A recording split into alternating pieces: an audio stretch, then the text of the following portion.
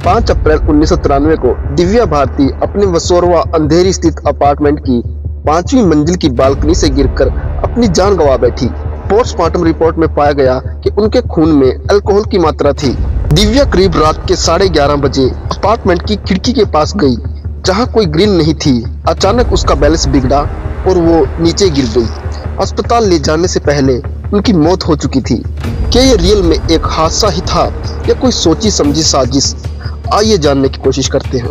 नमस्कार दोस्तों, स्वागत है आपका हमारे चैनल जीके टेस्ट IAS पर। मैं हूं आपका दोस्त AJ कुमार और आज हम बात करेंगे बॉलीवुड की एक ऐसी अभिनेत्री की जिसने कम समय में ही लाखों दिलों पर राज किया।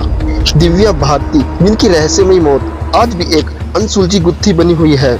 इस वीडियो में हम जानेंगे उनकी जिंदगी, उनकी आखिरी रात और उन सवालों के बारे में जो आज तक बिना जवाब के हैं। तो वीडियो को अंत तक जरूर देखिए, लाइक कीजिए और चैनल को सब्सक्राइब करना ना भूलें। दोस्तों, दिव्या भारती 90 के दशक की एक ऐसी सितारा थी जिन्होंने सिर्फ 16 साल की उम्र में फिल्मी दुनिया में कदम रखा। 25 फरवरी 1974 को मुंबई में जन्मी दिव्या ने 1990 में तेलुगु फिल्म बोबली राजा से अपने करियर की शुरुआत की। इसके बाद उन्होंने विश्वात्मा, 16 और शबनम और दीवाना जैसी सुपरहिट फिल्मों से बॉलीवुड में धमाल मचा दिया। महज 19 साल की उम्र में दिव्या ने 21 फिल्में साइन की थी और उनकी खूबसूरती और अभिनय ने उन्हें इंडस्ट्री की टॉप एक्ट्रेस बना दिया। शाहरुख खान, गोविंदा और सनी देओल जैसे सितारों के साथ उनकी जोड़ी दर्शकों को खूब पसंद आती थी। 1992 में उन्होंने प्रोड्यूसर साजिद नाडियावाला से गुपचुप शादी की, जिसने सबको चौंका दिया। लेकिन 5 अप्रैल 1993 की रात एक हादसे ने उनकी जिंदगी को हमेशा के लिए बदल दिया। उस रात दिव्या चेन्नई से एक शूटिंग खत्म कर मुंबई लौटी थी।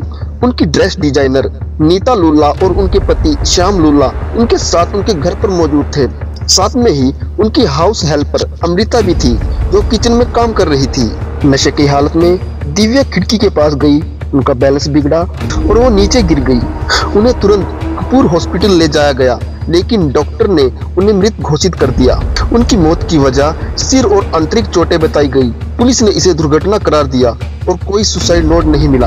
दोस्तों, साजिद नाडियावाला उस रात घर पर नहीं थे, वह अपने एक दोस्त के साथ कहीं और थे। कुछ लोगों ने साजिद और अंडरवर्ल्ड के कथित कनेक्शन की अफवाहें उड़ाई, लेकिन पुलिस ने इसकी कोई पुष्टि नहीं की। साजिद ने भी एक इंटरव्यू में कहा, मैंने अपनी जिंदगी का सबसे कीमती इंसान खोया और लोग मुझ पर ही शक कर रहे हैं। पुलिस ने इस केस को जल्दी ही बंद कर दिया था और कोई गहन जांच नहीं की गई। दिव्या भारती के पिता ओम प्रकाश भारती ने कहा, यह कोई आत्महत्या या हत्या नहीं थी, यह एक हादसा था। वह खिड़की पर बैठी थी, उनका बैलेंस बिगड़ा और वह गिर गई। लेकिन कई सवाल आज भी अनसुलझे हैं। दोस्तों, दिव्या की मौत के बाद कई सवाल उठे। पहला सवाल, इतनी रात को वह खिड़की पर क्यों बैठी थी? अगर वह नशे में थी तो नीता और श्याम लुल्ला ने उन्हें रोकने की कोशिश क्यों नहीं की? कुछ लोगों का मानना है कि यह एक सुनियोजित हत्या थी। सोशल मीडिया पर कई थ्योरीज वायरल हुई, जिनमें साजिद नाडियावाला और अंडरवर्ल्ड के कथित कनेक्शन की बात की गई। हालांकि साजिद को दिव्या के परिवार ने क्लीन चिट दे दी थी, लेकिन शक की सुई सबसे पहले उनकी तरफ ही जाती है। गुड्डी मारुति, जो दिव्या की करीबी दोस्त थी, उसने एक इंटरव्यू में बताया कि दिव्या को ऊंचाई से डर नहीं लगता था, वह अक्सर बालकनी पर बैठा करती थी। गुड्डी ने कहा कि साजिद उस वक्त घर पर नहीं थे और यह एक हादसा था। लेकिन एक रिपोर्ट में यह बात भी सामने आई कि दिव्या भारती की मानसिक स्थिति ठीक नहीं रहती थी, वह डिप्रेशन में थी और इसका कारण भी साजिद नाडियावाला और उसकी फैमिली को माना जाता है। दोस्तों, दिव्या की मौत एक सोची समझी साजिश थी।